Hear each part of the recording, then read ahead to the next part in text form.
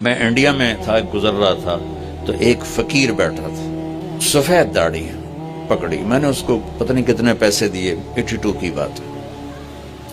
جب میں واپس آیا تو وہ کہنے لگا بیٹا کھانا کھلا دو، میں نے کہا کھانا کھائیں گے؟ کہا جی کھاؤں گا۔ میں نے کہا آ جاؤ۔ میں نے اس کو ساتھ لیا، ایک ہوٹل پہ لے گیا، میں نے کہا بابا جی کیا کھاؤ گے؟ کہا بریانی کھاؤں گا۔ کہا ٹھیک ہے، تو میں نے اس سے آرڈر پہ بریانی لاؤ، وہ اس پر ایسے گرا کہ اس کو دائیں بائیں کا ہوش نہ رہا۔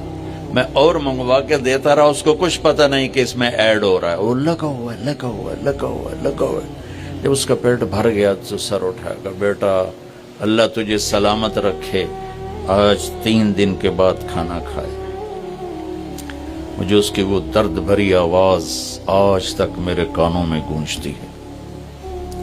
تو اگر ہم صحیح طریقے سے روزہ رکھیں گے تو ہمیں فقیر یاد آئیں گے، بھوکوں کی بھوک یاد آئے گی۔